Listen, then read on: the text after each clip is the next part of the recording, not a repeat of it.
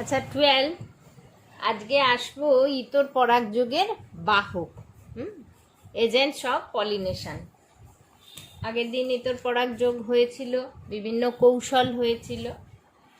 তো ইতর পরাগ যুগের বাহক কারা? না, যারা পরাগটাকে বয়ে নিয়ে যায় তাদের বাহক বলা হয়। সেই বাহক অজীবজ অর্থাৎ ভৌত প্রকৃতিরও হতে পারে, অথবা কোনো জীবও তাকে বয়ে নিয়ে যেতে পারে অর্থাৎ জীবজ বায়ু।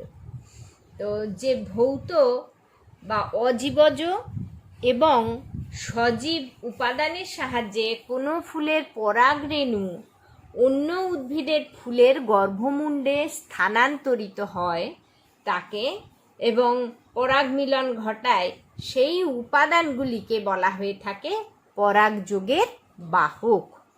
তো পরাগযোগের বাহক তাহলে দুই প্রকারের আমরা জানলাম, অ্যাবায়োটিক এজেন্ট আর বায়োটিক এজেন্ট। অ্যাবায়োটিক মানে ভৌত বা অজীবজ জড় বাহক, যেমন তার মধ্যে আছে বায়ু এবং জল। বায়ু অনেক পরাগকে বয়ে নিয়ে যায়, বায়ুর দ্বারা পরাগ যোগ হলে তাকে বলা হয় অ্যানিমোফিলি।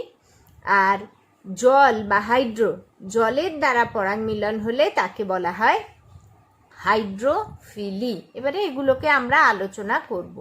আর বায়োটিক এজেন্টের মধ্যে, বায়োটিক মানে জীবজ বাহক, প্রাণীর দ্বারা পরাগ পরিবাহিত হয় বা স্থানান্তরিত হয়, তাদের জুফিলি বলা হয়ে থাকে। তো বিভিন্ন ধরনের বায়োটিক এজেন্ট বা পরাগ মিলন যাদের দ্বারা হয়ে থাকে, যেমন এন্টমোফিলি, জুফিলির মধ্যে এন্টমোফিলি, কীট পতঙ্গের দ্বারা পরাগ মিলনকে বলা হয় এন্টমোফিলি। যেমন আম, বোগেনভিলিয়া, এদের পরাগ মিলন হয় কীট পতঙ্গের দ্বারা। অর্নিথোফিলি, পক্ষীর দ্বারা বা পাখির দ্বারা পরাগ মিলন, শিমুল, পলাশ। কাইরেপ্টেরোফিলি, বাদুড়ের দ্বারা পরাগ মিলন, যেমন এখন বর্ষাকালে কদম, কলা, বাদুড়ের দ্বারা পরাগ মিলন হয়। মেলাকোফিলি, শামুকের দ্বারা পরাগ মিলন। মানকচু, কচু, ওল, এদের পরাগ মিলন এভাবেই হয়। মিরমেকোফিলি, পিঁপড়ের দ্বারা পরাগ মিলন, অর্কিড জাতীয় উদ্ভিদে বেশি প্রচুর দেখা যায়। অ্যানথ্রোপোফিলি, মানুষের দ্বারা পরাগ মিলন। তাহলে আমি একটা মোটামুটি আইডিয়া দিলাম তোমাদের বিভিন্ন ধরনের পরাগ মিলন সম্বন্ধে। এবারে আসছি এক একটা বিষয় নিয়ে আমরা আলোচনা করব। বায়ুর দ্বারা পরাগ মিলন। বায়ুর দ্বারা পরাগ মিলনকে কি বলা হয়ে থাকে? অ্যানিমোফিলি। তো বায়ুর দ্বারা পরাগ রেণু বাহিত হয়ে ফুলের গর্ভমুণ্ডে পড়লে তাদের বায়ু অ্যানিমোফিলাস পরাগ মিলন অ্যানিমোফিলি বলা হয়, বা ফুলগুলোকে বলা হয় বায়ু পরাগী ফুল। উদাহরণ হচ্ছে ধান, গম, ভুট্টা, এরা সবাই বায়ু পরাগী ফুল। তো এদের বৈশিষ্ট্য জানতে হবে। বায়ুপরাগী ফুলের বৈশিষ্ট্যগুলো কি? এক হচ্ছে, তাহলে আমরা একটু আলোচনা করি, ছোট সংক্ষিপ্তগুলোই লিখব, বেশি তো লেখা যাবে না। বায়ুপরাগী ফুল আকারে কি হয়, না এখানটায় লেখা যাবে না। বায়ুপরাগী ফুলের বৈশিষ্ট্য হচ্ছে, বায়ুপরাগী ফুল অ্যানিমোফিলাস ফ্লাওয়ার, এর বৈশিষ্ট্য কি না, ফুলগুলো আকারে খুব ছোট হয়, ক্ষুদ্রাকৃতির হয়। কেন? একে খুব হালকা হতে হবে, বাতাসে ভাসতে হয়। আকারে খুব ছোট হয়, বর্ণহীন হয় আর গন্ধহীন। এগুলোর প্রয়োজন নেই, তাই এগুলোর দরকারও নেই। বর্ণহীন, দেখতে সুন্দরও হয় না একদম। বর্ণহীন, গন্ধহীন, আকারে ক্ষুদ্র হয়। ফুলের এটা হচ্ছে প্রধান বৈশিষ্ট্য, আকারে ক্ষুদ্র, বর্ণহীন, গন্ধহীন। ফুলের মঞ্জরি দণ্ড অনেক লম্বা হয়, দলমণ্ডল ছোট হয়, আর যেহেতু পাপড়িগুলো খুব ছোট হয়, আর মঞ্জরি দণ্ডটা পুংস্তবক, স্ত্রীস্তবক সব বাইরে বেরিয়ে আসে, ফলে পুংস্তবক, স্ত্রীস্তবক অনাবৃত অবস্থায়, নগ্ন অবস্থায় পাপড়ির বাইরে বেরিয়ে আসে, দলমণ্ডলের বাইরে। গর্ভদণ্ড এবং পরাগধানী লম্বায় খুব বড় হয় এবং ফুলের বাইরে বেরিয়ে থাকে, যার ফলে সহজে পরাগ মিলন ঘটে। তো পরাগ রেণু অত্যন্ত ছোট্ট হয়, হালকা হয়, পাউডারের মতো হয়। এখানে হালকাও লিখতে হবে, ক্ষুদ্র, এবং এই হালকাটাই সবচেয়ে বড় অভিযোজন। হালকা হয়, পাউডারের মতো হয়, এদের পরাগরেণুগুলোর গাত্র খুব মসৃণ হয়, আর অনেক সময় পরাগরেণু ডানাযুক্ত হয় যাতে সহজে বাতাসে ভাসতে পারে। ডানাযুক্ত পরাগরেণু পাইনাসে দেখতে পাওয়া যায়। পাইনাসের পরাগরেণু হচ্ছে এরকম এক্সাইন ইনটাইন এরকম উইংস থাকে পরাগরেণুর, যাতে সহজে ভাসতে পারে। এর উদাহরণ, ডানাযুক্ত পরাগরেণুর উদাহরণ হচ্ছে পাইনাস। আচ্ছা, আর কি না, ফুলে গর্ভমুণ্ডে আটকানোর জন্য গর্ভমুণ্ডগুলো কি হয়, গর্ভমুণ্ডের স্ত্রীস্তাবকেরও অভিযোজন হয়। গর্ভমুণ্ড আঠালো চটচটে রোমযুক্ত হয় যাতে সেই গর্ভমুণ্ডে সহজেই হালকা ক্ষুদ্রাকৃতির পরাগরেণুগুলো আটকে যেতে পারে। এই সমস্ত ফুলে কোনো মধুগ্রন্থি বা নেকটার থাকে না। গান পাউডার একটা শব্দ এখান থেকে এসছে, সেটা কি না, কিছু কিছু বাইপরাগী ফুলের পরাগধানী হঠাৎ করে ফেটে বিদীর্ণ হওয়ার ফলে অসংখ্য পরাগরেণু বাতাসে ছড়িয়ে পড়ে। এই যে হঠাৎ করে বিদারণ ফেটে যাওয়া এবং পাউডারের মতো পরাগরেণুগুলো ছড়িয়ে পড়ে, একে বলা হয় গান পাউডার পদ্ধতি। এটা আর্টিকা স্পিসিসে দেখতে পাওয়া যায়। কিছু কিছু পরাগরেণু অ্যালার্জি সৃষ্টি করে বিভিন্ন ধরনের মানুষের অসুখ সৃষ্টি করে। সেই রোগগুলোর মধ্যে হে ফিভার, অ্যাস্থমা, ব্রঙ্কাইটিস, এই সমস্ত অ্যালার্জির দ্বারা বিভিন্ন ধরনের মানুষের রোগের সৃষ্টি হয়। পার্থেনিয়াম বলে একটি গাছ আছে, কম্পোজিটি ফ্যামিলির উদ্ভিদ। তো জংলি গাছ রাস্তার ধারে হয়ে থাকে। এটা আমেরিকা থেকে এসছে। এটা কিন্তু খুব ক্ষতিকর, খুব দ্রুত এরা বংশবিস্তার করে এবং দ্রুত পরাগরেণুর বিস্তার ছড়িয়ে দেয়। তো এটার থেকে ক্যান্সারও হতে পারে, অ্যাজমা এবং ব্রঙ্কাইটিস এটার থেকে ভীষণ হয়। তো এইগুলো হচ্ছে ক্ষতিকর এবং এই বাইপরাগী ফুল সম্বন্ধে ধারণা। এরপরে চলে আসবো আমরা হাইড্রোফিলি, জলপরাগী ফুল। হাইড্রো কথার এবারে আসছে হাইড্রোফিলি। এবারে এক বাইপরাগী, দুই হচ্ছে হাইড্রোফিলি, জল পরাগী। হাইড্রো মানে জল। তো যে পরাগযোগে কোনো উদ্ভিদের ফুলের পরাগরেণু জলের দ্বারা বাহিত হয়ে ফুলের গর্ভমুণ্ডে পড়ে, তাহলে বাতাসের দ্বারা বাহিত হলে অ্যানিমোফিলি, জলের দ্বারা বাহিত হলে হাইড্রোফিলি।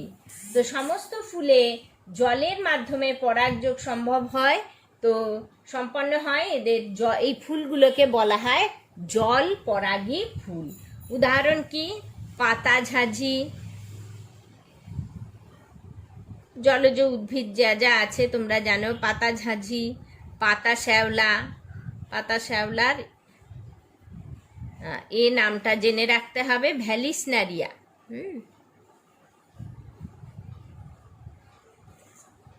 ভ্যালিসনেরিয়া। তো এই জলপরাগী ফুল, এদের হাইড্রোফিলি এরা। তো এই ফুলগুলোর বৈশিষ্ট্য কি না, ওই একই ধরনের ফুলগুলো আকারে খুব ক্ষুদ্র হতে হবে, বর্ণহীন হতে হবে, গন্ধহীন হতে হবে জলে ভাসার জন্য। বাইপরাগী ফুলের যা যা বৈশিষ্ট্য, জলপরাগী ফুলেও তাই, খুব ক্ষুদ্র হতে হবে আর হালকা হতে হবে। ফুলগুলো সাধারণত এখানে এক লিঙ্গ হয়, এটা এর বিশেষ বৈশিষ্ট্য। ফুলগুলো এক লিঙ্গ হয়, অত্যন্ত ক্ষুদ্র হয়। তাহলে একই বিশেষ, এগুলো ক্ষুদ্র, বর্ণহীন, গন্ধহীন, হালকা।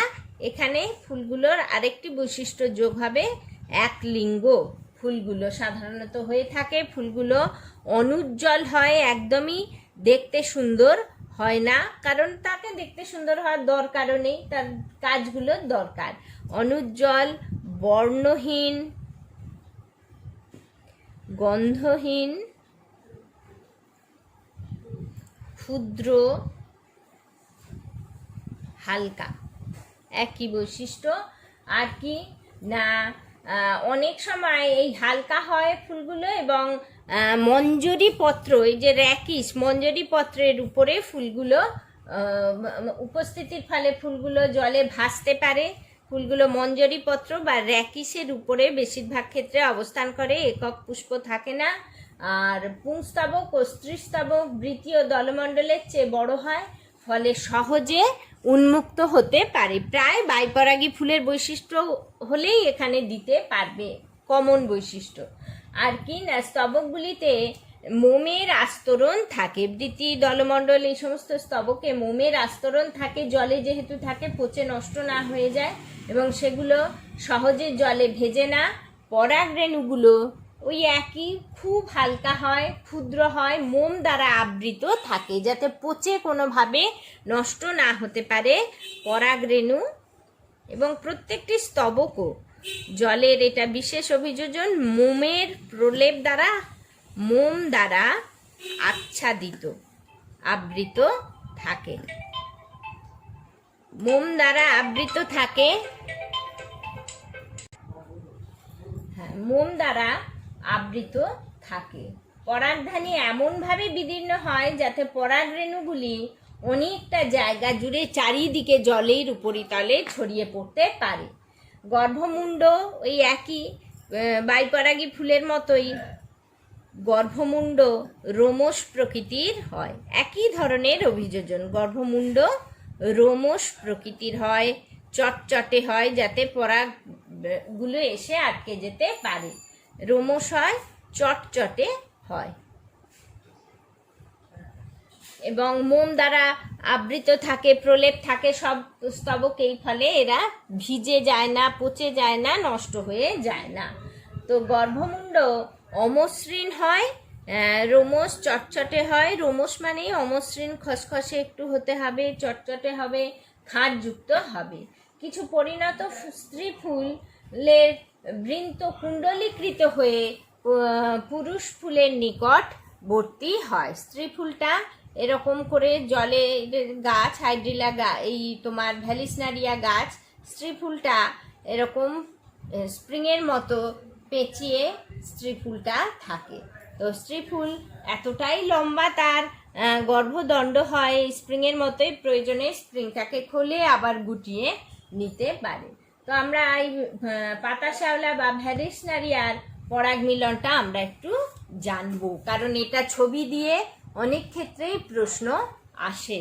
তো ভ্যালিসনারিয়া বা পাতা শ্যাওলা দেখো ছবিটা, এই যে এই গাছটা, এটা ভ্যালিসনারিয়া গাছ। হ্যাঁ, ভ্যালিসনারিয়া উদ্ভিদ, এর স্ত্রী ফুল আর পুরুষ ফুল চিনতে হবে। এটা হচ্ছে স্ত্রী পুষ্প, এটা হচ্ছে পুংপুষ্প। পুংপুষ্প চিনতে হবে কীরকম দেখতে হয়, এটা স্ত্রী ফুল। তো এই যে পরিণত পুংপুষ্পগুলো আগে পরিণত হয়ে বৃন্তচ্যুত হয়ে জলের নিচ থেকে ভেসে জলের উপরিতলে আসে। পরিণত হওয়ার ফলে ফুলগুলো নিচ থেকে উপরে, বৃন্ত থেকে পরিণত হওয়ার পরে ছেড়ে যায় এবং বৃন্তচ্যুত হয়ে জলের উপরে তলে আসে। আর স্ত্রী ফুলের বৃন্ত, এই যে স্প্রিংয়ের মতো প্যাঁচালো আছে, বৃন্তগুলো খুব লম্বা হয়, বড় হয় এবং অপরিণত অবস্থায় এগুলো গুটিয়ে নিচে থাকে, পেঁচিয়ে থাকে। পরিণত হয়ে গেলে এইগুলো বৃন্তের প্যাঁচ আলগা হয়ে যায়, ফুলটা একদম জলের উপরে উঠে আসে। কেন জলের উপরে উঠে আসে, এটা অভিযোজন। ওই স্প্রিংটা খুলে যায়, আলগা হয়ে উঠে আসে, কারণ পুংপুষ্পগুলো নিচে তলদেশে থাকে, ওরা বৃন্তচ্যুত হয়ে জলের উপরে আসে। তো পরিণত হলে এই অবস্থায় যখনই পুংপুষ্প স্ত্রী পুষ্প পুংপুষ্পের কাছে চলে এলো, বৃন্তের প্যাঁচ খুলে, তখন জলের ঢেউয়ের প্রভাবে পুংপুষ্প স্ত্রী পুষ্পের কাছাকাছি চলে আসে এবং পুংপুষ্প ফেটে পরাগগুলো স্ত্রী গর্ভমুণ্ডে এসে পড়ে। তো এইভাবে স্ত্রী পুষ্পের বৃন্ত পরাগ মিলন ঘটে। পরাগ মিলনের পরে আবার স্ত্রী ফুলের এই যে বৃন্ত পেঁচি আছে, ওটা আবার গুটিয়ে জলের তলায় আবার পুরনো অবস্থানে সে জলের তলায় ফিরে আসে এবং সেখানে পরাগ মিলনের পরেই যে প্রক্রিয়া, অঙ্কুরোদ্গম প্রক্রিয়া, বীজ তৈরি হয়, এই প্রক্রিয়াগুলো নিষেক, সব প্রক্রিয়া জলের তলায় হতে থাকে। তো এই হচ্ছে হাইড্রোফিলি, এর উদাহরণ আমি দিলাম। এরপরে তাহলে ভ্যালিসনারিয়া বা পাতাঝাজি হচ্ছে হাইড্রিলা, পাতা শ্যাওলা হচ্ছে ভ্যালিসনারিয়া। এর ছবিগুলো ভালো করে দেখতে হবে। এর পুষ্প কেমন, বৃন্তযুক্ত যে লম্বা দৈর্ঘ্যের পুষ্প, এটা পুষ্প না স্ত্রী পুষ্প, এগুলো সব ভালো করে জানতে হবে। তার জন্য বই দেখতে হবে। এবারে আসছি কতগুলো এখানে ডেফিনেশন আসে। পোলেন কিট, পোলেন কিট কি? হ্যাঁ, তাহলে পোলেন কিট কি না, যে পরাগরেণু পরিণত হয়, পরিণত পরাগরেণুর বহিস্তক বা এক্সাইনের বাইরে একটা অতিরিক্ত তৈলাক্ত আঠালো চটচটে বস্তু স্তর আবৃত থাকে। তাহলে এটা কি? পরাগরেণুর, এই শর্ট কোশ্চেনের জন্য একটু জেনে রাখা, পরাগরেণু বহিস্তকেরও বাইরে, বহিস্তক তো স্পোরোপোলেনিন দিয়ে তৈরি হয়, বহিস্তকের বাইরে তৈলাক্ত আঠালো বস্তুর স্তর থাকে, তাকে পোলেন কিট বলে। কিট বলে, বুঝতেই পারছো। তাহলে পোলেন কিট পরাগরেণুকে সুরক্ষা প্রদান করে, নষ্ট হতে দেয় না। এই পোলেন কিট কোথায় দেখতে পাওয়া যায়? সমস্ত পতঙ্গ পরাগী ফুলে, পতঙ্গ পরাগী ফুলে ফুলে পোলেন কিট দেখতে পাওয়া যায়। আমরা এবারে জুফিলি পড়বো, তার আগে এইটা একটু বলে দিলাম, পোলেন কিট দেখা যায়। আচ্ছা, তো আমরা এবারে হাইড্রোফিলি হয়ে গেল, এবারে আমরা জুফিলি, এই যে আমাদের এই এক একটা ধরে আমরা একটু জেনে নেব। প্রথমেই আসছে পতঙ্গ পরাগী ফুল, এন্টমোফিলি। তো পতঙ্গের দ্বারা যে পরাগ মিলন ঘটে তাকে পতঙ্গ পরাগী ফুল বলা হয়ে থাকে। তো পতঙ্গ পরাগী ফুলের তাহলে বৈশিষ্ট্য কি হবে না, অবশ্যই ফুলগুলোকে, আর লিখছি না, মুখে বলে নিচ্ছি, ফুলগুলো খুব উজ্জ্বল বর্ণের হতে হবে, ফুলগুলোয় মধু থাকতে হবে, হ্যাঁ, নেকটার মধুগ্রন্থি থাকতে হবে, দেখতে খুব সুন্দর হতে হবে, সুমিষ্ট গন্ধযুক্ত হতে হবে। তো এই সব গুণগুলোই থাকতে হবে। পতঙ্গ পরাগী ফুলের এন্টমোফিলি কীট পতঙ্গের দ্বারা হয়। তার মধ্যে আসছি বোগেনভিলিয়া, যাকে আমরা বাগান বিলাস বলি, কাগজ ফুল বলি, বোগেনভিলিয়া, তারপরে আম, এই সমস্ত ফুল পতঙ্গ পরাগী ফুল। তো পতঙ্গ পরাগী ফুলের বৈশিষ্ট্য, এই ফুলগুলো উজ্জ্বল বর্ণযুক্ত হয়, আর কীট পতঙ্গ সেই বর্ণের দ্বারা সহজেই আকৃষ্ট হয়। ফুলগুলো সুন্দর গন্ধযুক্ত হয়, অ্যারোমেটিক হয়, সুন্দর গন্ধযুক্ত হয়। এদের গন্ধ অনেক দূরে ছড়িয়ে পড়ে, ফলে আমের মুকুলের গন্ধে কীটপতঙ্গ ভীষণভাবে আকৃষ্ট হয়ে সমস্ত কীটপতঙ্গ ছুটে আসে, সুমিষ্ট গন্ধযুক্ত হয়, অনেক দূর ছড়িয়ে পড়ে। এগুলো হচ্ছে এর প্রধান বৈশিষ্ট্য। ব্যতিক্রম একটা দুটো আছে। র্যাফলেসিয়া আর্নল্ডি নামক ফুলটায় হয়, ফুলের গন্ধ খুব খারাপ, পচা মাংসের মতো গন্ধ নির্গত হয়।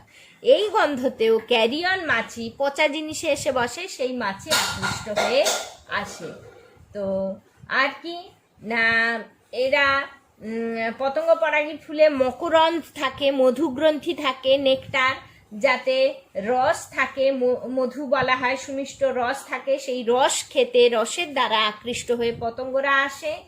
আর এই ফুলে এসে বসে, এক ফুল থেকে আরেক ফুলে যায়, পরাগ মিলন ঘটে। অনেক ক্ষেত্রে পরাগরেণু কণ্টক ত্বকযুক্ত এবং অমসৃণ হয়, ফলে পতঙ্গের দেহে এই পরাগগুলো সহজে আটকে যায়। হ্যাঁ, পতঙ্গ পরাগী ফুলে পরাগরেণু কণ্টক ত্বকযুক্ত হয়, সহজেই আটকে যায়। আর গর্ভমুণ্ডে এইটা এসে পড়লে এক প্রকার আঠালো রস নিঃসৃত হয়, এর ফলে পতঙ্গদের গায়ে সেই পরাগ সহজেই গর্ভমুণ্ডে আটকে যায়। তো পতঙ্গদের ওঠানামা বিচরণের জন্য কিছু ফুলের পুষ্পপুটের কিছুটা অংশ প্রসারিত হয়ে ল্যাবেলাম গঠন করে। এরকম কিছু কিছু বিশেষ ফুলের বিশেষ রকমের ব্যবস্থা আছে, কৌশল আছে। তো অনেক ক্ষেত্রে ফুলগুলো পতঙ্গ পরাগী ফুলে সাধারণত পুষ্পমঞ্জরি বেশিরভাগ ক্ষেত্রেই দেখা যায়। তো এই হচ্ছে পতঙ্গ পরাগী ফুলের মধ্যে প্রথমটা আমি বললাম এন্টমোফিলি, কীট পতঙ্গের দ্বারা আকৃষ্ট হয়ে যে পরাগ মিলন ঘটে। এরপরে আসছি অর্নিথোফিলি, পক্ষী পরাগী ফুল। কোথায় কোথায় হয়? শিমুল এবং পলাশে দেখতে পাওয়া যায়, পাখির দ্বারা পরাগযোগ ঘটে। এক্ষেত্রেও তাই। এই ফুলগুলো আকৃতিতে খুব বড় হয়, উজ্জ্বল হয় আর বর্ণযুক্ত হয়, রঙিন হয়। পতঙ্গ পরাগী ফুল আর তোমার এন্টমোফিলি আর হ্যাঁ একই ধরনের বৈশিষ্ট্য। প্রথমটা আমরা জানলাম এন্টমোফিলি, প্রায় এক বৈশিষ্ট্য, একটা দুটো আলাদা। এরপরে আসছে অর্নিথোফিলি। তো অর্নিথোফিলিতে কি বৈশিষ্ট্য? না ফুল বড় হয়, উজ্জ্বল হয়, একই ধরনের বড় উজ্জ্বল বর্ণের হয়। এই ফুলগুলিতে কিন্তু গন্ধ থাকে না। পতঙ্গ পরাগীতে গন্ধ থাকে, অর্নিথোফিলিতে গন্ধ থাকে না। হ্যাঁ, এতে গন্ধ থাকে, গন্ধ সুমিষ্ট গন্ধযুক্ত, আর এতে কোনো গন্ধ থাকে না। ফুলে তোমার মধুগ্রন্থি বা নেকটার আছে, দুটোতেই থাকে। নেকটার আছে, মধু উৎপন্ন করে। মধু পান করার জন্য পরাগরেণু পাখিদের ঠোঁটে লেগে যায়। ওই যখন মধু খেতে যায় তখন পরাগরেণুগুলো পাখিদের কি হয়? ঠোঁটে লেগে যায়। তো কিছু কিছু ফুলের পরাগধানীকে পাখিরা খাদ্য হিসাবে গ্রহণ করে। আর দলমণ্ডলের সজ্জা চোঙের মতো পতঙ্গ পরাগী ফুলের বৈশিষ্ট্য বেশিরভাগ এই রকম ফুলগুলো চোঙের মতো হয়, যাতে পাখির ঠোঁটটা, সুচালো ঠোঁটটা সে সহজে ঢুকিয়ে মধু খেতে পারে। ওই চোঙের মধ্য দিয়ে পাখি ঠোঁটটাকে খুব সুচালোভাবে পাখির ঠোঁট ঢুকাতে পারে। এটা হচ্ছে এর অভিযোজন। চোঙের মতো হয়, শঙ্কু আকৃতি বা চোঙের মতো ফুলগুলো দেখতে হয়। তো পাখি ভিন্ন ফুলে মধুপানের জন্য বসলে পরাগরেণু এক ফুল থেকে আরেক ফুলে স্থানান্তরিত হয় এবং পরাগ মিলন ঘটে। তো দলমণ্ডলের সজ্জা চোঙের মতো হয় এবং পাখিদের মধুপান করতে তাতে সুবিধে হয়। তো এই হচ্ছে অর্নিথোফিলি হলো। এরপরে আসছি শামুকের দ্বারা পরাগ মিলন, তাকে বলা হয় মেলাকোফিলি। তো মেলাকোফিলি কচু, মানকচু ইত্যাদিতে দেখতে পাওয়া যায়। এই ফুলগুলোর বৈশিষ্ট্য কি? না, এই ফুলগুলো ঘন সন্নিবিষ্ট হয়ে সবসময় মঞ্জরি দণ্ডের উপরে ফুলগুলো, মঞ্জরি দণ্ডে ফুল উৎপন্ন হয়। আর ফুলগুলোর খুব রঙিন হয়। একটা স্পেদ বা চমসা মঞ্জরি দ্বারা মঞ্জরি দণ্ডটা স্পেদ দ্বারা আবৃত থাকে। কচু দেখেছো তোমরা? কচুর ফুল একটা ঢাকনার মতো দিয়ে পুরো মঞ্জরি দণ্ডটা খুব সুন্দরভাবে আবৃত থাকে। তো শামুককে এই চমসা, তাকে বলা হয় চমসা, শামুককে সেই চমসা বা স্পেদ খুব আকৃষ্ট করে। এই জাতীয় উদ্ভিদগুলো ভেজা ভেজা স্যাঁতস্যাঁতে জায়গায় হয়, যে এমন জায়গা যেখানে অসংখ্য শামুক থাকে। তো ফুলের মঞ্জরি দণ্ড বিভিন্ন অংশ খুব সুস্বাদু হয়, সেই মঞ্জরি দণ্ড খেতে আসে, ফলে পরাগ মিলন ঘটে। ফলে শামুক খাদ্য হিসাবে তা গ্রহণ করার সময় পরাগরেণু শামুকের গায়ে পায়ে লেগে যায় এবং অন্য ফুলের গর্ভমুণ্ডে গিয়ে পড়ে। এরপরে আসছি বাদুড়ের দ্বারা পরাগ মিলন, যাকে কাইরেপ্টোফিলি বলা হয়ে থাকে। এই কদম এবং কলা গাছে এই পরাগ মিলন দেখতে পাওয়া যায়, কাইরেপ্টোফিলি। আচ্ছা, এই ফুলগুলো আকৃতিতে বড় হয়, উগ্র গন্ধযুক্ত হয়, অনুজ্জ্বল বর্ণের হয়। ফুলে মধুগ্রন্থি থাকে, যার থেকে ফুলের রস মধু নিঃসৃত হয়। পরাগধানীতে পরাগরেণু থাকে। ফুলগুলো সাধারণত রাতের বেলা, বাদুড় নিশাচর প্রাণী, এইটা বিশেষ বৈশিষ্ট্য কাইরেপ্টোফিলির। ফুলগুলো রাতের বেলা ফোটে এবং বাদুড় সেই গন্ধে আকৃষ্ট হয়ে এই মধু খেতে আসে, তাতে পরাগ মিলন ঘটে। তো এই হচ্ছে বৈশিষ্ট্য, কিছু কিছু বৈশিষ্ট্য আমরা জানলাম। আচ্ছা, তাহলে মোটামুটি বাহক সম্বন্ধে আমরা একটা ধারণা করলাম। এবারে এখানে আর কি আমাদের করতে হবে না, পরাগ যোগে ইম্পর্টেন্স, গুরুত্ব কি না। পরাগ যোগের গুরুত্ব, পরাগ মিলন না ঘটলে নিষেক হবে না, নিষেক না হলে ভবিষ্যতের উদ্ভিদ তৈরি হবে না, শিশু উদ্ভিদ তৈরি হবে না। ইতর পরাগ যোগে পুরো পরাগ মিলনটা অপেক্ষা করে পরাগ মিলনের উপরে। তো এই উদ্ভিদ প্রজননবিদরা পরাগযোগ পদ্ধতিকে কাজে লাগিয়ে সংকর উদ্ভিদ তৈরি করেছেন। পরাগযোগের ফলেই নিষেক ঘটে, নিষেক সম্ভব হবে না পরাগযোগ না হলে, যার ফলস্বরূপ ডিম্বকে বীজ এবং ডিম্বাশয় ফলে রূপান্তরিত হবে না। তাই নিষেকের জন্য, নিষেক ঘটানোর জন্য পরাগ মিলন দরকার। তো উদ্ভিদ যেসব উদ্ভিদ গমনে অক্ষম তাই এদের জননের জন্য উদ্ভিদরা গমন করতে পারে না। তো পরাগ যোগ এই বিভিন্ন বাহকের মাধ্যমে হয়ে থাকে। পরাগ যোগ ও নিষেকে প্রাপ্ত ফল ও বীজ মানুষ ও পাখিদের খাদ্যের যোগান দেয়। ইতর পরাগ যোগের দ্বারা দুটো উদ্ভিদের গুণগত গুণ মিশ্রিত হয়ে নতুন বৈশিষ্ট্য সম্পন্ন অপত্য সৃষ্টি হয়। সুতরাং পরাগ যোগ ভীষণই গুরুত্বপূর্ণ। এরপরে আমরা আসব পুংলিঙ্গধর উদ্ভিদ, ডেভেলপমেন্ট অফ মেল গ্যামেটোফাইট, পুংলিঙ্গধর উদ্ভিদের পরিস্ফুরণ। তাহলে আগে আমাদের জানতে হবে, আবার একটু আলোচনা করতে হবে পুংদণ্ড, পরাগধানী এগুলো কি, এগুলো থেকে একটু জানতে হবে। তো মেল গ্যামেটোফাইট, তাহলে মেল গ্যামেটোফাইট মানে পুংকেশর থেকে পরাগ তৈরি হবে। সেই পরাগ রেণুর যে ক্রমবিকাশ তাকেই বলছে মেল গ্যামেটোফাইট। পরাগ রেণুর অঙ্কুরোদ্গম, ক্রমবিকাশ, সেটাকেই মেল গ্যামেটোফাইট বলা হচ্ছে।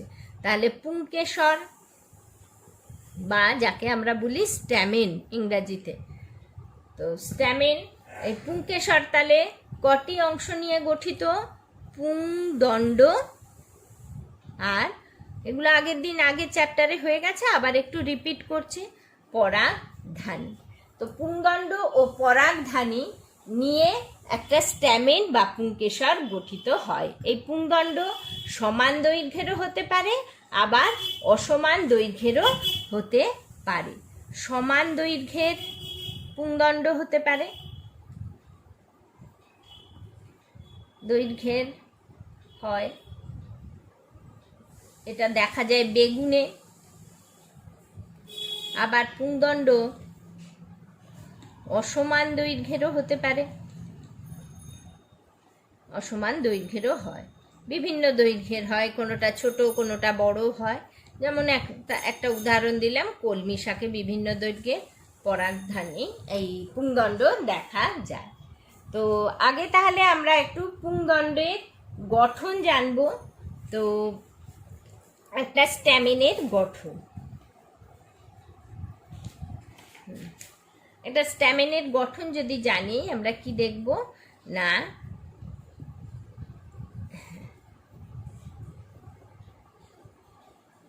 এইটা হচ্ছে কি না পুংদণ্ড, পুংদণ্ড বা ফিলামেন্ট, আর পরাগধানী বা অ্যান্থার, পরাগধানী বা অ্যান্থার। তো দুটো পরাগধানী থাকে সাধারণত। প্রত্যেকটা পরাগধানী দুটো পরাগথলি নিয়ে গঠিত। এটা হচ্ছে একটা পরাগধানী, হ্যাঁ, একটা অ্যান্থার। এরকম দুটো পরাগধানী থাকে, হ্যাঁ। তো মাঝখানে এরা যোজক দ্বারা সংযুক্ত থাকে। প্রতিটি পরাগধানী দুটো থলি নিয়ে গঠিত, এদেরকে বলা হয় পরাগথলি, পরাগথলি। তো এই যে গঠন পরাগধানীর সম্বন্ধে আমরা একটু জানব। তো আগে বিভিন্ন ধরনের এই পুংদণ্ডের উপরে একটু যে নলেজ সেইটা আমাদের নিতে হবে।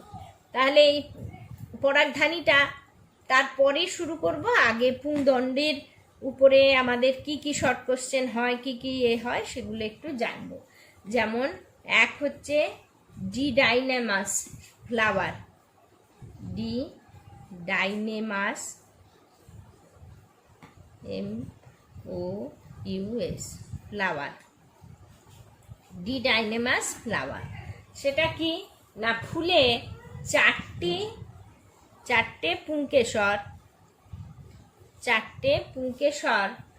যার পুংকেশরের মধ্যে দুটি বড় সমান দৈর্ঘ্যের দুটো বড় আর দুটো ছোট, দুটো বড় সমদৈর্ঘ্যের এবং দুটি ছোট, তারাও সমদৈর্ঘ্যের। এই রকম পুংকেশরকে কি বলা হয়, ডিডাইনেমাস পুংকেশর। এরকম ফুলকে ডিডাইনেমাস ফ্লাওয়ার বলা হয়ে থাকে। টেট্রাডাইনেমাস, টেট্রাডাইনেমাস এটা কি না, এটা হচ্ছে কিছু ফুলে ছটি পুংকেশর থাকে,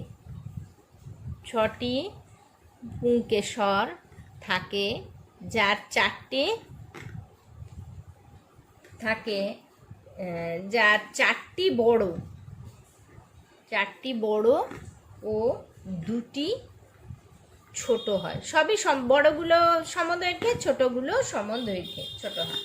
যেমন এর উদাহরণ হচ্ছে মূলো, এর উদাহরণ হচ্ছে রক্তদ্রোণ, ডিডাইনেমাসের রক্তদ্রোণ আর টেট্রাডাইনেমাসের মূলো।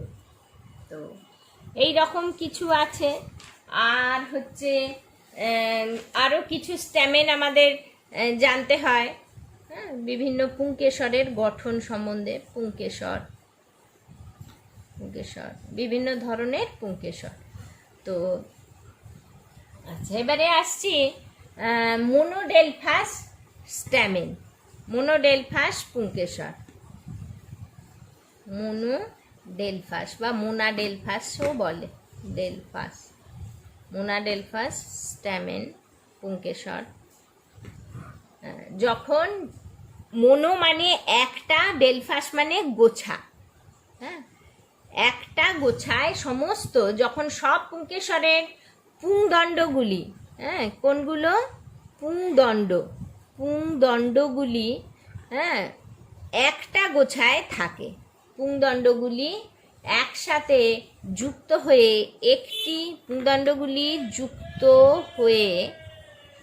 একটি গোছায় থাকে। মোনো মানে এক, ডেলফাস মানে গোছা, যত কারা গোছায় থাকে, পুংদণ্ডগুলো গোছায় থাকে।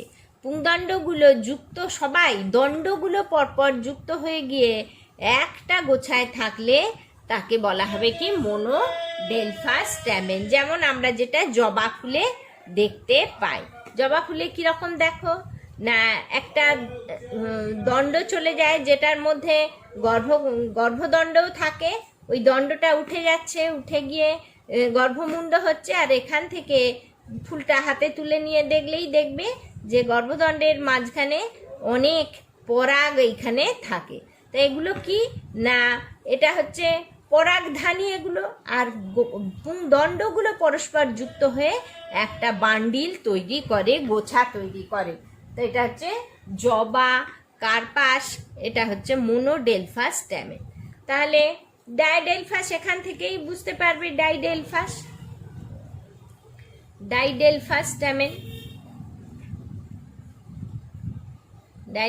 স্ট্যামেন দুটো গুচ্ছ, হ্যাঁ, যখন থাকে পুংকেশরের পুংদণ্ডগুলি যখন দুটি গুচ্ছে অবস্থান করে, দুটি গুচ্ছে থাকে, হ্যাঁ, দুটো বান্ডিল আলাদা, এই একটা বান্ডিল, আবার এই রকম আরেকটা বান্ডিল, দুটো বান্ডিলে পুংদণ্ডগুলো থাকে, তখন তাকে ডাইডেলফাস স্ট্যামেন বলা হয়। যেমন লেবু, শিমুল ইত্যাদি। আচ্ছা, এরপরে আসছি প্রথম পাতাতেই হয়ে গেল।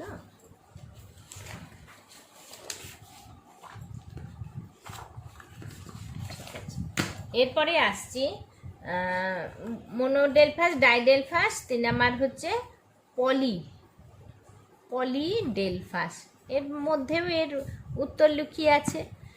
পলি মানে কি? অনেক। মোনো মানে একটা, ডাই মানে দুটো, পলি মানে অনেক।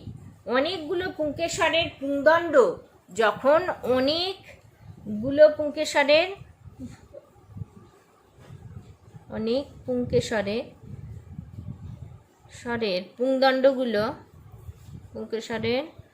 পুংদণ্ড 2-এর বেশি অর্থাৎ অনেক গোছায় থাকে,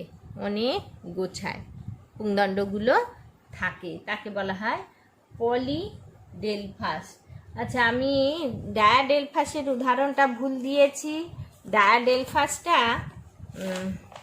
ডায়াডেলফাসটা লেবু শিমুল না, পলিডেলফাসটা লেবু শিমুল, ডায়াডেলফাসটা মটর, অপরাজিতা, বক এইগুলো। পলিডেলফাস এর উদাহরণ হচ্ছে লেবু আর শিমুল। তাহলে একটু তোমরা ফুল চিনতে শেখো। লেবু গাছ তো সবারই আছে, একটু তুলে তুলে দেখবে। জবা ফুল সবার বাড়িতে আছে, দেখবে, এগুলো ফুলগুলো দেখতে দেখতে শিখে যাবে। তো পলিডেলফাস। এবারে আসছি কি সিনজেনেসিয়াস,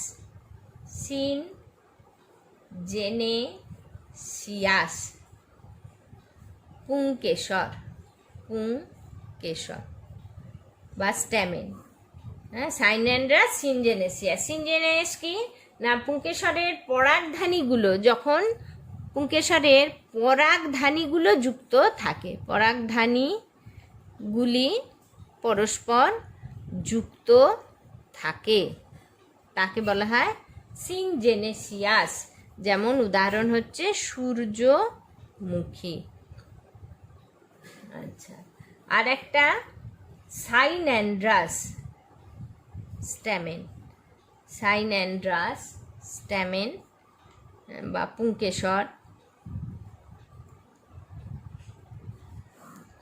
সেটা কি না, যখন পুংদণ্ড ও পরাগধানী উভয়েই পরস্পর যুক্ত থাকে, পুংদণ্ডও যুক্ত থাকে, পুংদণ্ড ও পরাগধানী।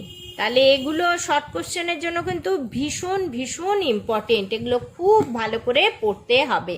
তোমরা এইতেও দেবে, যারা যারা আরও একটু হায়ার স্টাডিজ মানে আর একটু বেশি পড়াশোনা করে নিটের জন্য বসবে, এইসব চ্যাপ্টার ভীষণ গুরুত্বপূর্ণ, ভীষণ ইম্পর্টেন্ট চ্যাপ্টার। এইসব চ্যাপ্টারকে বাদ দেওয়া যায় না। তো পুংদণ্ড ও পরাগধানী উভয়েই পরস্পর যুক্ত থাকে,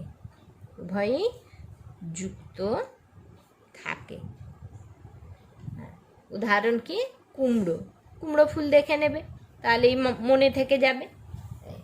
তো এই হচ্ছে বিভিন্ন ধরনের স্ট্যামেন বা পুংকেশর, তাদের প্রকৃতিতে গঠন কিভাবে থাকে, পুংদণ্ড জুড়ে থাকলে কি বলা হয়, পরাগধানী জুড়ে থাকলে কি বলা হয়, পুংদণ্ড পরাগধানী উভয়ই সংযুক্ত থাকলে কি বলা হয়, এগুলোই উদাহরণ সহ জানতে হবে। এরপরে আমরা তাহলে আবার চলে আসব পরাগধানীর গঠনে। তো পরাগধানী 2 খণ্ড যুক্ত। একটা পরাগধানী, এই যে পরাগধানীটা আমরা যদি দেখি, পরাগধানীটা 2 খণ্ড যুক্ত, অর্থাৎ এটা হচ্ছে বাইলোবড, 2 খণ্ড যুক্ত হয়। প্রতিটি খণ্ডে 2টি করে লম্বাটে পরাগথলি থাকে। তো এই একটা খণ্ড, এতে এর আবার 2টো ভাগ থাকবে, এই একটা, আরেকটারও 2টো ভাগ থাকে, এই হ্যাঁ। তো সাধারণত বাইলোবড হয়, মনোলোবড হয়। তো প্রতি খণ্ডে তাহলে বাইলোবড হয়, প্রতি খণ্ডে 2টি করে, কার, পরাগধানীর প্রতি খণ্ডে, পরাগধানীর পরাগধানীর প্রতি খণ্ডে দুটি করে লম্বাটে ধরনের থলি থাকে, কে পরাগথলি বলা হয়। পরাগথলি বা পোলেন স্যাক বা বিভিন্ন নাম, পোলেন স্যাক, মাইক্রোস্পোরাঞ্জিয়াম, প্রত্যেকটা পরাগধানীতে দুটো করে পরাগথলি বা পোলেন স্যাক বা মাইক্রোস্পোরেঞ্জিয়াম থাকে। এই পরাগথলিগুলো যুক্ত হয়ে যে গঠন তৈরি করে তাকে থিকাস বলা হয়। তো পরাগধানীর এই যে গঠন আমি একটু আলোচনা করব ধীরে ধীরে। এই যে দেখো, বাইলোবড এই একটা আর এই একটা, তো এই একটা আর এই একটা, এটার আবার দুটো লোব, এটারও দুটো লোব। তো এই একটা পরাগধানী, এই যে পরাগধানী, একে যদি আমরা প্রস্থচ্ছেদ করি তো এই যে বাইলোবড, এই যে বাইলোব, দুটো করে। এই যে পরাগথলি, এই যে পরাগথলি, এইটা মিলে একটা পরাগধানী, এই পরাগথলি পরাগথলি পরাগধানী। তো এই যে এই ধরনের গঠন।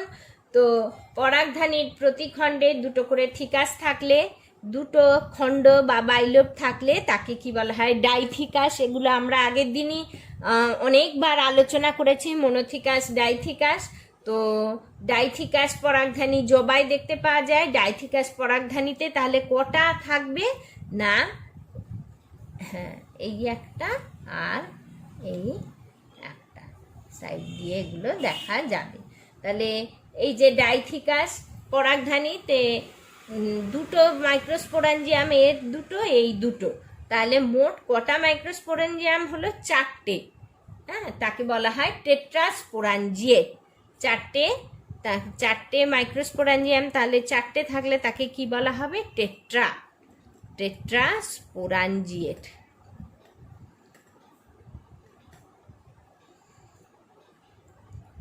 আর মনোথিকাস হলে, যদি পরাগধানীতে একটাই থিকাস থাকে, তাহলে তার দুটো পরাগধানী, তাহলে কটা স্পোরাঞ্জিয়াম? দুটো মাইক্রোস্পোরাঞ্জিয়াম, তাহলে তাকে বলা হবে কি? বাইস্পোরাঞ্জিয়েট।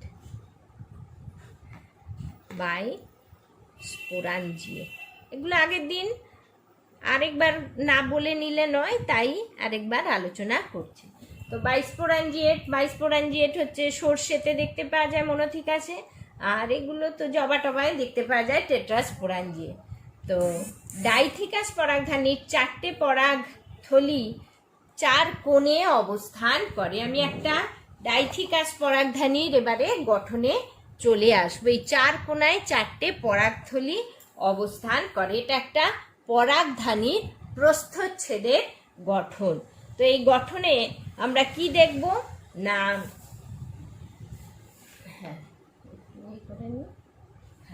আমরা এই যে গঠন, এই গঠনে এবারে চলে আসছি পরাগধানীর গঠন। পরাগধানীর গঠন বাইরে থেকে আমরা যদি দেখি তাহলে কি দেখব না, ত্বক আছে, হ্যাঁ, আর ভিতরে রেণুমাত্রিক কোষ থাকে। তো পরাগধানীর এই যে একটা টেট্রাস্পোরাঞ্জিয়েট, এটা একটা পরাগধানী। তো পরাগধানীর কেন্দ্রীয় অংশ, একে বলা হয় যোজক দ্বারা, পরাগধানীগুলো মাইক্রোস্পোরাঞ্জিয়ামগুলো যোজক দ্বারা সংযুক্ত থাকে।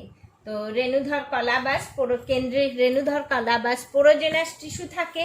এই যে যেগুলো, এই যে কলাগুলো, এর ভিতরে এগুলোকে স্পোরোজেনাস টিস্যু বলা হয়। স্পোরোজেনাস টিস্যু থেকে রেণুমাতৃক কোষ তৈরি হয়, যে রেণুমাতৃক কোষ মায়োসিস প্রক্রিয়ায় বিভাজিত হয়ে পরাগরেণু উৎপন্ন করে। তো পরাগথলিতে খাঁজ দেখতে পাওয়া যায়, তাকে স্টোমিয়াম বলা হয়ে থাকে। তো প্রথমেই তাহলে পরাগরেণুর গঠন, দুই খণ্ডযুক্ত পরাগরেণু, বাইলোব, খণ্ড দুটো এই যোজক দ্বারা, এই দিকের একটা খণ্ড, এই দিকের একটা খণ্ড, এই যে যোজক দ্বারা খণ্ড দুটো সংযুক্ত থাকে। পরাগধানীর প্রতি খণ্ডে দুটি করে লম্বা পরাগথলি থাকে। পুংরেণুস্থলী বা পোলেন স্যাক বা মাইক্রোস্পোরাঞ্জিয়াম থাকে। এই পরাগথলিগুলো যুক্ত হয়ে পরস্পর, এই পরাগথলিগুলো যুক্ত হয়ে থিকাস গঠন করে। এটা একটা ডাইথিকাস পরাগধানীর ছবি। তো প্রত্যেকটা ডাইথিকাস পরাগধানীতে চারটে মাইক্রোস্পোরাঞ্জিয়াম থাকে, টেট্রাস্পোরাঞ্জিয়েট গঠন। তো এবারে আসছি এই যে গঠন, এর যদি আমরা প্রস্থচ্ছেদ করি কি কি অংশ দেখব না, ত্বক দেখব বাইরে থেকে ভিতরের দিকে, 4টে স্তর দেখতে পাবো। বাইরে একদম এক স্তর বিশিষ্ট কোষস্তর থাকে যাকে এপিডার্মিস বলা হয়ে থাকে। এই যে গ্রিন লেয়ারটা, এটাকে বলা হয় এপিডার্মিস। এই স্তরটি এক স্তর বিশিষ্ট হয় এবং পরাগথলি পরিণত হলে এটি ফেটে বিদীর্ণ হয়। এই স্তরটি রেণুমাতৃ কোষ ও রেণুগুলোকে ভিতরের অংশকে সুরক্ষা প্রদান করে। দ্বিতীয় স্তর, এই যে অরেঞ্জ কালারের স্তর, এটাকে বলা হচ্ছে এন্ডোথেসিয়াম। এটাও এক স্তর বিশিষ্ট হয়। অপেক্ষাকৃত এপিডার্মিসের থেকে এই স্তরটা স্থূল হয়। এটা ভিতরের অন্তঃস্থ কলাকে সুরক্ষা করাই এর প্রধান কাজ। বাদ বাকি ভিতরের যে কোষস্তর তাকে বলা হয় মধ্যবর্তী স্তর বা মিডল লেয়ার। এই যে ইয়েলো কালারের স্তরটা, এটাকে বলা হয় মিডল লেয়ার। তো এই স্তরে একাধিক কোষস্তর থাকে, 3 সারি কোষ সাধারণত বিন্যস্ত থাকে। এটি কেন্দ্রস্থ স্তর থেকে ভিতরের স্তর ট্যাপেটামকে রক্ষা করে। একদম ভিতরের যে স্তর এটাকে বলা হচ্ছে ট্যাপেটাম। এই স্তর এটি পরাগধানীর প্রাচীরের সর্বনিম্ন স্তর। তাহলে 4টে স্তর, এপিডার্মিস, এন্ডোথেসিয়াম, মিডল লেয়ার আর এই স্তরটা হচ্ছে ট্যাপেটাম। এটি পুষ্টি স্তর রূপে কাজ করে, রেণুমাতৃ কোষকে পুষ্টি যোগায়, খাদ্য যোগায়। এটি সাধারণত এক স্তর বিশিষ্ট হয়। তো এই স্তরের কোষগুলি বড় আকৃতি বিশিষ্ট হয়, বহু নিউক্লিয়াস যুক্ত হয়। ট্যাপেটাম স্তরে 2 ধরনের কোষ থাকে। একটা হচ্ছে ক্ষরণকারী গ্রন্থিময় কলা, যেখান থেকে নানান পুষ্টিকারক রস খরিত হয়, আর একটা হচ্ছে অ্যামিবয়েড কোষ থাকে। তো এই হচ্ছে পরাগধানীর এই ট্যাপেটামের একটা খুব গুরুত্ব আছে, যেহেতু এই স্তর পুষ্টি দেয় রেণুমাতৃ কোষকে, বিভিন্ন ধরনের হরমোন নিঃসরণ করে, এই স্তরটা খুব গুরুত্বপূর্ণ। পোলেন কিট যে তৈরি হয়, পোলেনের এক্সাইনের বাইরের স্তর, সে পোলেন কিটও এই ট্যাপেটাম স্তর থেকেই তৈরি হয়। এটা কিন্তু শর্ট কোশ্চেনের জন্য ভীষণ ইম্পর্টেন্ট। পোলেন কিট কোথায় থেকে উৎপন্ন হয় না, পরাগধানীর ট্যাপেটাম স্তর থেকে পোলেন কিট উৎপন্ন হয়। এরপরে আসছি, তাহলে এই যে গঠন আরেকটু আমরা বিস্তারিত যদি দেখি, এই যে প্রস্থচ্ছেদের পরাগথলির প্রস্থচ্ছেদ, বাইরে এক স্তর বিশিষ্ট দেখো এপিডার্মিস, তারপরে আছে এক স্তর বিশিষ্ট পুরু যে স্তর তাকে এন্ডোথেসিয়াম, তারপরে 2 থেকে 3টে স্তর, এটা হচ্ছে মধ্যবর্তী স্তর, মধ্যস্তর বা মিডল লেয়ার, তারপরে আছে এক স্তর বিশিষ্ট ট্যাপেটাম, তারপরে এই কোষগুলো, এগুলো হচ্ছে স্পোরোজেনাস টিস্যু, যেখান থেকে মাইক্রোস্পোর মাদার সেল রেণু মাতৃকোষ এইখানে থাকে, এখান থেকেই মিওসিস প্রক্রিয়ায় রেণু উৎপন্ন হয়। তো এইবারে আসবো যে রেণু, আচ্ছা এই যে স্টোমিয়াম কি না, এই যে যেখান থেকে রেণু বিদীর্ণ হয় তাকে স্টোমিয়াম বলা হয়ে থাকে। এই অংশটা, এখান থেকে রেণু বিদীর্ণ হয়ে মাইক্রোস্পোর বেরিয়ে যায়, একে বলা হয় স্টোমিয়া। এটা প্রস্থচ্ছেদের গঠন, রেণু বিদারণের চিত্র। তো এরপরে এই যে স্টোমিয়াম, এটা হ্যাঁ স্টোমিয়াম। এরপরে আসছি আমরা মাইক্রোস্পোরোজেনেসিস। মাইক্রোস্পোরোজেনেসিস কাকে বলে আমরা এটা দেখছি। মাইক্রোস্পোরোজেনেসিস কি না, মাইক্রোস্পোরোজেনেসিস হলো যে পরাগধানীতে পরাগ রেণু মাতৃকোষ, হ্যাঁ পরাগধানীতে, এই যে পরাগধানীতে এই যে পরাগ রেণু মাতৃকোষ থেকে মিওসিস পদ্ধতিতে পরাগ রেণু সৃষ্টির যে পর্যায়ক্রমিক ধাপ তাকে মাইক্রোস্পোরোজেনেসিস বলা হয়। পুংরেণু মাতৃকোষ, এর থেকে মিওসিসের ফলে যে পরাগ রেণু উৎপন্ন হচ্ছে, এই পরাগ রেণু তৈরির পদ্ধতিকে বলা হয়ে থাকে মাইক্রোস্পোরোজেনেসিস। তো মাইক্রোস্পোরোজেনেসিস কিভাবে হয়, রেণু সৃষ্টি হয়, সেটা একটু জেনে নেওয়া না।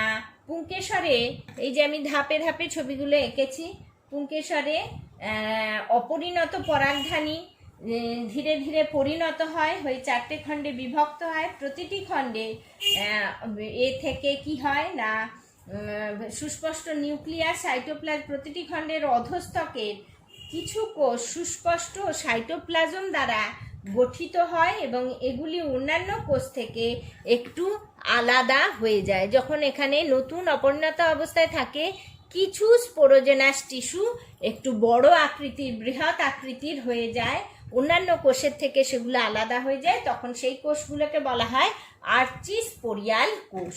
এই আর্চিস্পোরিয়াল কোষগুলো বারে বারে বিভাজিত হয়ে প্রথমে প্রাথমিক প্রান্তীয় কোষ তৈরি করে এবং বা কোষস্তর, এবং ভিতরের দিকে প্রাথমিক রেণুধর কোষ তৈরি করে। যে রেণুধর কলা প্রথমে তৈরি করে। তাহলে রেণুধর কলা তৈরি করে বিশেষ ধরনের কিছু কোষ, তাকে আর্চিস্পোরিয়াল কোষ বলা হয়ে থাকে।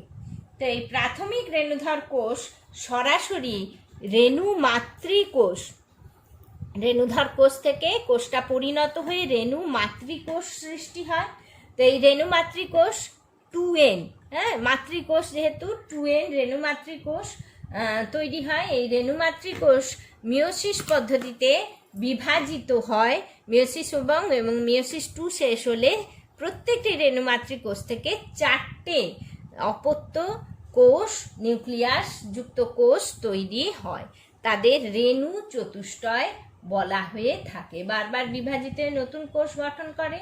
তো এই রেণুস্থলী মধ্যস্থ ডিপ্লয়েড রেণু মাতৃকোষ মিওসিস প্রক্রিয়ায় বিভাজিত হয়ে পরাগ রেণু তৈরি করে।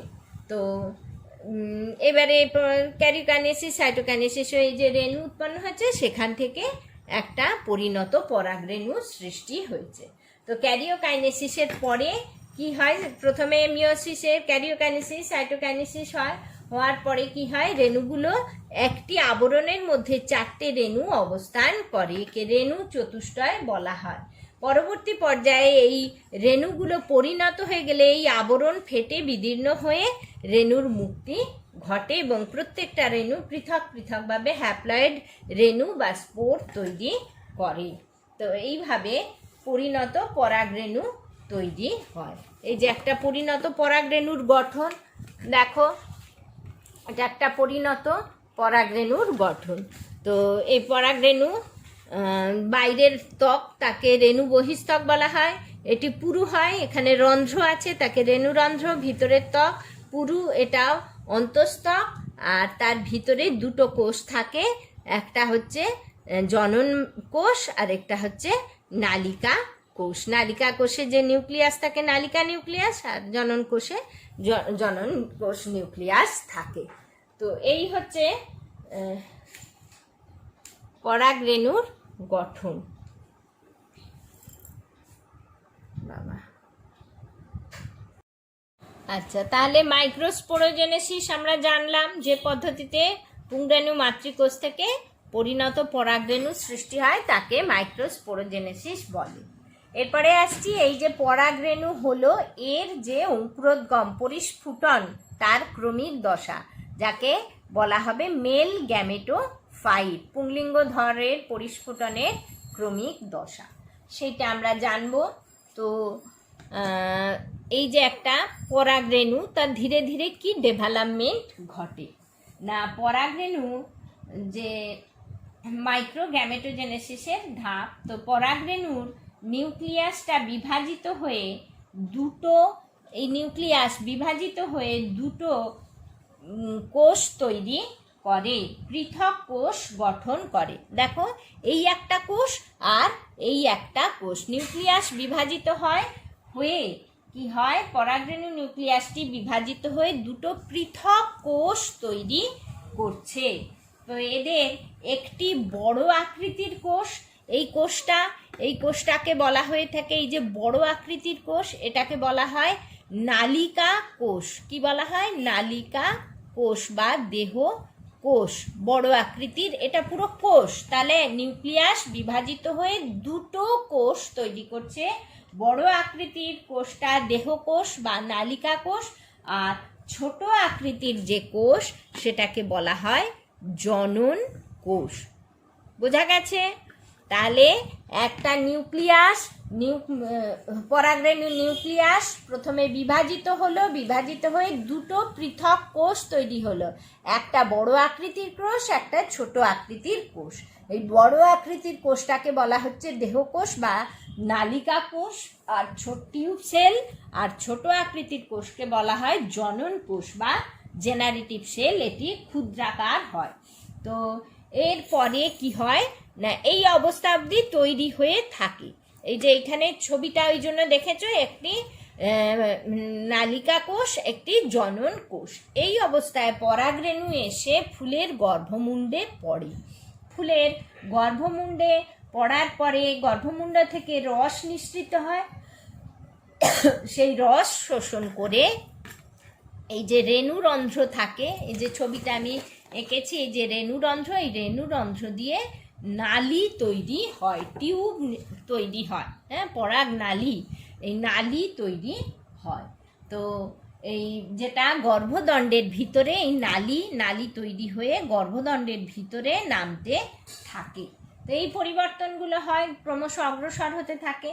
তো যখন অগ্রসর হয় তখন এরপরের পরিবর্তন এই সি থেকে কি হয় না, এই সময় পুংরেণু মধ্যস্থ, এই যে পুংরেণু মধ্যস্থ নালিকা কোষ এবং জনন কোষ পরাগ নালীর মধ্যে প্রবেশ করে। নালিকা কোষও ঢুকবে, এইখানে নালিকা কোষও আসে, আর এই কোষটাও আসবে এই নালীর মধ্যে, এই নালিকা কোষ, আর জেনারেটিভ সেলও ঢুকবে, জনন কোষ। পরবর্তীকালে ধীরে ধীরে নালিকা কোষটা ক্ষয়প্রাপ্ত হয়ে নষ্ট হয়ে যায়, আর জনন কোষ যেটা প্রবেশ করে সেই জনন কোষের বিভাজন ঘটে। মাইটোসিস বিভাজনের ফলে দুটো জনন কোষ তৈরি হয়। এই যে মাইটোসিসের বিভাজন, তারপরে দুটো জনন কোষ তৈরি হচ্ছে। এই দুটো জনন কোষকে কি বলা হয়, পুংগ্যামেট। এই একটা পুংগ্যামেট, এই একটা পুংগ্যামেট। দুটো পুং জনন কোষ বা পুংগ্যামেট। আর এটা কি হয়ে যায়, ক্ষয়প্রাপ্ত হয়ে যায়, ক্ষয়প্রাপ্ত নালিকা নিউক্লিয়াস, নালিকা নিউক্লিয়াস বা টিউব সেল, এই পরিণতি ঘটে। এবং এই দুটো জনন কোষ একটা ডিম্বাণুর সাথে মিলিত হয়, একটা শস্য নিউক্লিয়াসের সাথে মিলিত হয়। তো এই যে হ্যাঁ, এদের মধ্যে বৃহৎ আকৃতির পুংগ্যামেটটি ডিম্বাণুর সাথে, আর ছোট পুংগ্যামেটটি নির্ণিত নিউক্লিয়াসের সাথে মিলিত হয়। পরাগনালীর অগ্রভাগে নালিকা কোষ এবং তারপরে উপরে অবস্থিত দুটি পুংগ্যামেট সমন্বিত এই যে গঠন, দুটি পুংগ্যামেট কোষ, পুংজনন কোষ আর একটা নালিকা নিউক্লিয়াস, এই যে গঠন, এইটাকেই বলা হচ্ছে পুংলিঙ্গধর উদ্ভিদ বা মেল গ্যামেটোফাইট। পুংলিঙ্গধর উদ্ভিদ বা মেল গ্যামেটোফাইট।